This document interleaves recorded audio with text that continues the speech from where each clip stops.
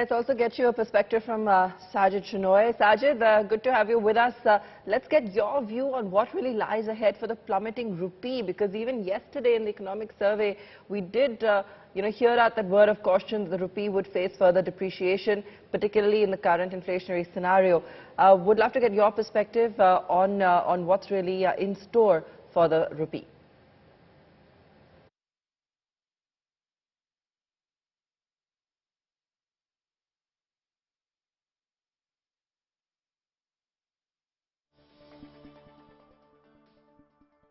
I think that's exactly the right way to describe it, Siddharth. And I think to understand why it's a fine balancing act, one just has to step back and appreciate how much global uncertainty we start 2023 with, right? That are we going to see the US slip into recession early this year? What does China do to commodity prices, and how much upward pressure will China put? Will the Fed, take rates to 5% or higher, and how long will it keep it there? So there's a lot of global uncertainty, but I think for emerging markets at some level, this is almost a trickier year than the last 2 years, because at least the intellectual consensus was clear about what had to be done in the last 2 years. In the pandemic year, both fiscal and monetary had to provide as much coordinated support as was possible. And over the last year, because so much pandemic support was offered, it was clear that some support had to be withdrawn.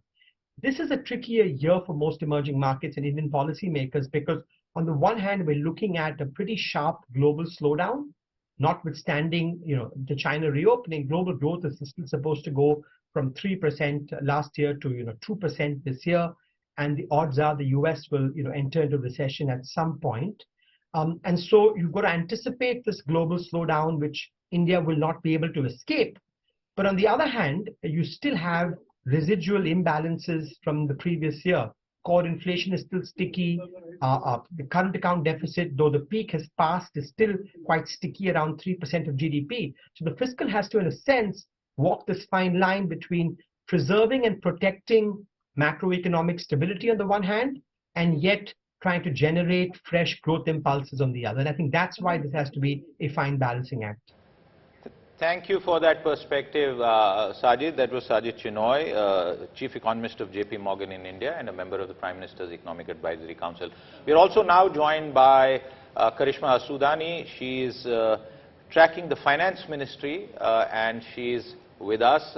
Karishma, a lot of expectations, and in the run-up to the budget, Finance Ministry officials have in some ways given us some signals that this is likely to be a fine balancing act, and they have tried to keep expectations at a minimum.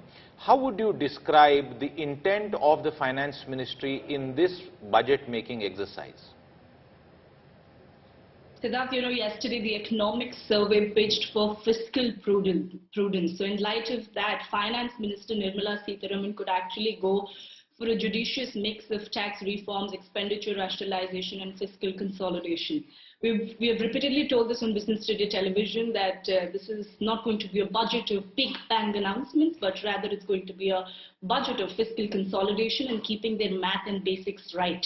So it is expected that the government could actually boost rural spending in this upcoming budget, and in fact maintain a double-digit growth in public capex. Three major areas that of course need attention from a macroeconomic point of view here is going to be the fiscal deficit target. It's expected that they are going to keep it below 6%. That is the kind of expectation that even aligns with what RBI has predicted. They also want to keep a GDP growth between 6 to 6.8%, which also the Economic survey predicted, and a higher capex, which could also go up to 9 lakh crores. So all eyes on Finance Minister Nirmala Sitharaman today as she makes these announcements. Of course, expectations as usual, like every year, are from the salaried class. Karishma, a very quick point that I wanted to check before we let you go.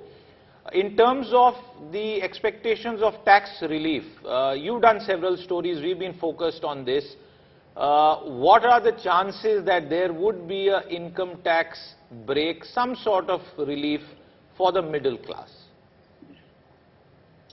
Siddharth, the chances are huge, but unlikely if they could be announced in one go in this budget. Of course, the government wants to help the middle class, wants to help the salaried class, and from a personal income tax point of view, they may announce and incentivize the alternate tax regime. As you know, it's been just 2 years since the alternate tax regime has been introduced, and government wants more and more taxpayers to shift from the old regime to new regime.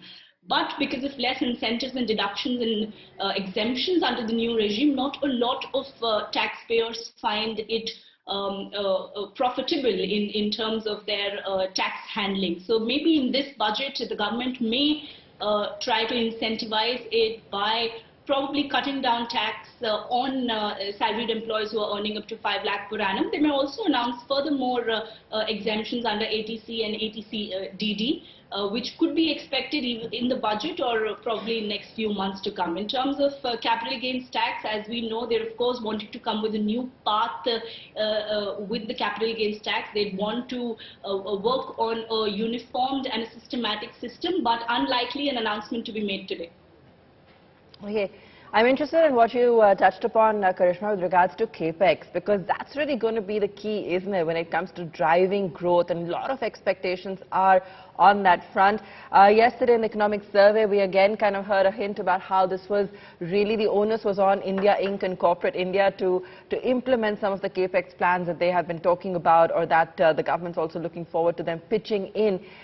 We also heard about the backdrop or the context of existing risks, whether it be global inflation or the geopolitical scenario.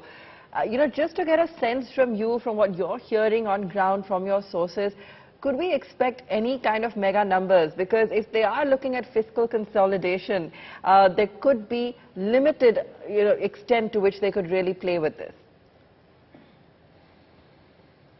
Abha, the focus here is going to be keeping their basics right. In terms of big numbers, well, they of course want to keep on their focus on continuing with the social scheme, and they may also work on increasing rural spending. Let's also understand this, that this is going to be the last full-fledged budget of Madam Nirmala Sitharaman, of course, of the Modi government in this tenure before the election year, before we dip in the election year. So the idea here from my finance ministry officials who have hinted us for a really long time is that they want to continue the path where India keeps growing. And in terms of recession and inflation, which of course have been the big two red challenges that the government has kind of been keeping an eye on, like also the chief economic advisor yesterday hinted, it's something that India is capable of tackling. And in terms of recession, they see that in comparison to the West and the China, India is going to pretty much stay far away from that. So today, like I repeat and I say that